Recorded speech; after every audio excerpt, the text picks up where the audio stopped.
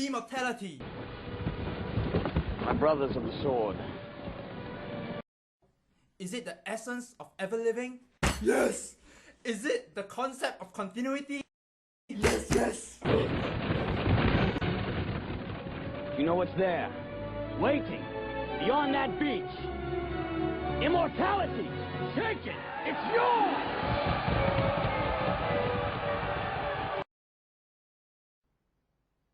Presenting to you Immortality, Keppel's O&M gateway to the future. Let me now give you a summary of the market situation that Keppel O&M is facing now. Short-term wise, we have seen an increasing demand for offshore infrastructure such as oil rigs. Keppel O&M's offshore facilities have reached its production capacities, and thus its original clients are turning to Keppel competitors. Long-term wise, there's a mismatch between production and consumption of fossil fuels. Firstly, due to the dwindling supply of oil, drillers are forced to venture further into the ocean for sources of oil, resulting in increased exploration costs. Secondly, as demand for oil grows, demand pool inflation will arise. A combination of both factors will result in a situation whereby the cost of obtaining oil will be too expensive to justify the benefits it brings about. Next, there are three issues that Keppel has to tackle. Firstly, governmental regulations. The United States have now introduced strict compliance standards with regards to oil drilling, dampening demand for our facilities. Secondly, environmental concerns. NGOs have been applying an increasing amount of pressure on the issue of oil drilling. Thirdly, the volatile nature of the industry. Oil prices will fluctuate according to the state of the economy, and OPEC has predicted that the global supply of oil will dry up by 2100. In view of the situations and issues, our target has been formulated around a triple bottom line concept: people, planet, and profit. People will consist of communities who are closely related to the marine life. Next, planet. By looking at alternative renewable energies, we can effectively reduce the world's dependency on oil. Finally, on to profit. By turning to a more reliable source of energy, harvesting process will create a consistent and sustainable source of revenue for Keppel O&M. We have come up with 4 options for Keppel.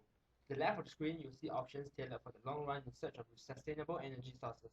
First of which is offshore wind farms. It entails building a wind turbine out at the ocean to harness wind energy to drive turbines.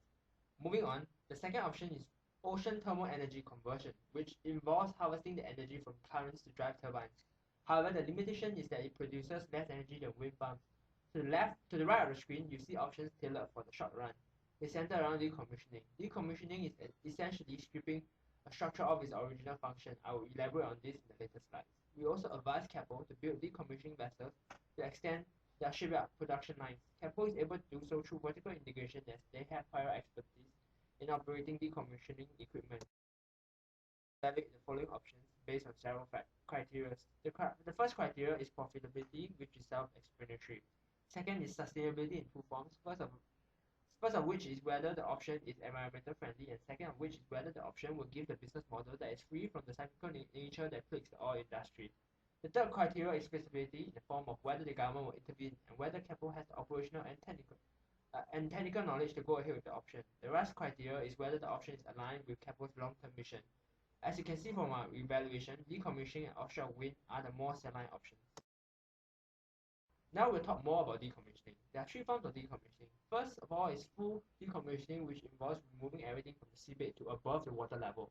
Partial decommissioning involves truncating the structure while leaving it in place. It involves removing the oil well and oil rig, paving the way to build more structures on top of the platform. In this case, a wind turbine will be built. Wondering why Keppel should venture into the offshore decommissioning market? From the graph above, the red line represents the state of removal of the platforms out at sea. The green line represents the rate of installation of these platforms. The graph below shows that from the year 2000 onwards, the rate of removal has surpassed the rate of installation. This signifies a growing decommissioning market because during the 1970s oil boom, many oil rigs were built and they have now passed their expiry life. Keppel should be able to capitalize on both the growing market of decommissioning and the search for renewable resource. Is there a solution that brings the best of both worlds to Keppel? The question is yes. Our solution towards this would be the integration of partially decommissioned rigs and offshore wind farm structure. To achieve this, we have come up with a 3-phase implementation strategy. In the immediate term, we believe Keppel should enter into the decommissioning market. In the next phase, we will take our first steps in the renewable energy sector. Long-term wise, we foresee that Keppel will be able to integrate both wind farms and decommissioning together. We also believe that we are be able to foray into the decommissioning vessels market based on our current capabilities. As of now, we already have the expertise of building and operating around half the product suite which is required for decommissioning operators. This includes vessels such as cargo barges and heavy lift vessels. Therefore, we trust the cable can enter into this market with relative ease. Further, we plan to use this attempt as a platform to streamboard straight into the direct decommissioning market through vertical integration. Moving to the direct decommissioning market requires relationship with offshore oil operators. With its current rapport with oil producers, Keppel can tap into its clientele and further leverage on its brand name. It is also important for Keppel to foray into the Gulf of Mexico by developing relationships with major oil rig users such as Proforma Central, which controls 31 oil rigs in that region. Once we have successfully established a presence in the decommissioning market, Keppel can now proceed into the second phase of the implementation strategy. Our 3 to 5 year expansion plan would involve erecting offshore wind structures atop the rigs which we have partially decommissioned. So how should we go about doing this? We propose setting up a joint venture company with Gamesa, a Spanish-based company and one of the world leaders in wind turbine design, manufacturing, and installation of onshore wind turbines. They currently have more than 19,000 megawatts of energy installed in 26 countries spanning 4 continents. Currently, our value proposition to Gamesa will be for them to utilize our expertise in offshore rig building. We believe that this will be a win-win situation for both companies as they are able to leverage on each other's technological strength and manpower. Now, allow me to go through the operations of this joint venture in greater detail.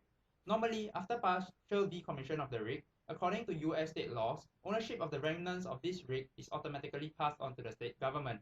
Our joint venture is proposing to the government to build a wind turbine atop this partially decommissioned rig for a nominal fee.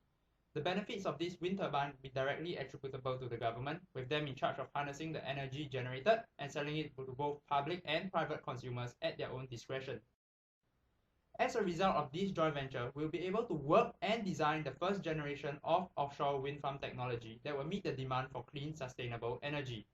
However, one of the major downsides of this JV is that we'll be exposing ourselves to future competitors in the form of Gamesa, as they will now also have the technical expertise to venture into the offshore wind farm sector. We propose to Gamesa a 65-35% JV with the majority stake being held by us. Based on our 3 times higher cash balance as compared to Gamesa's, we believe we are able to inject more equity into the joint venture for initial capital outlay, and as such we should have operational control of this JV. In the event that Gamesa is not agreeable on such terms, we will still insist on at least a majority stake based on higher bargaining power in terms of cash position and technical know-how in the marine environment. In the longer term, our exit strategy for the JV will be to buy over Gamesa's stake and integrate the company into our existing business model. In the event that Gamesa is unwilling to sell its stake and the JV is in need of additional capital for expansion, we will suggest taking it public and listing it on the US stock exchange.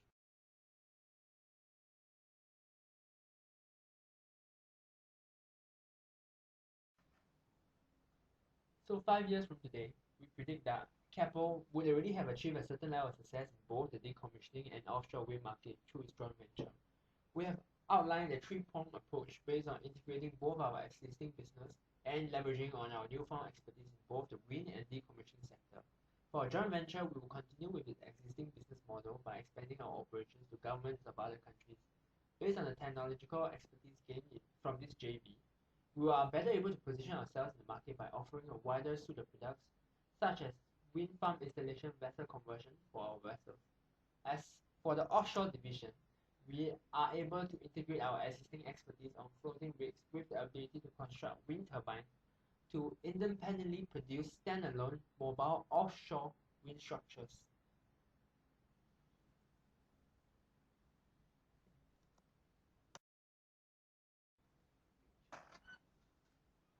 Although this strategy is a good strategy, it is far from perfect.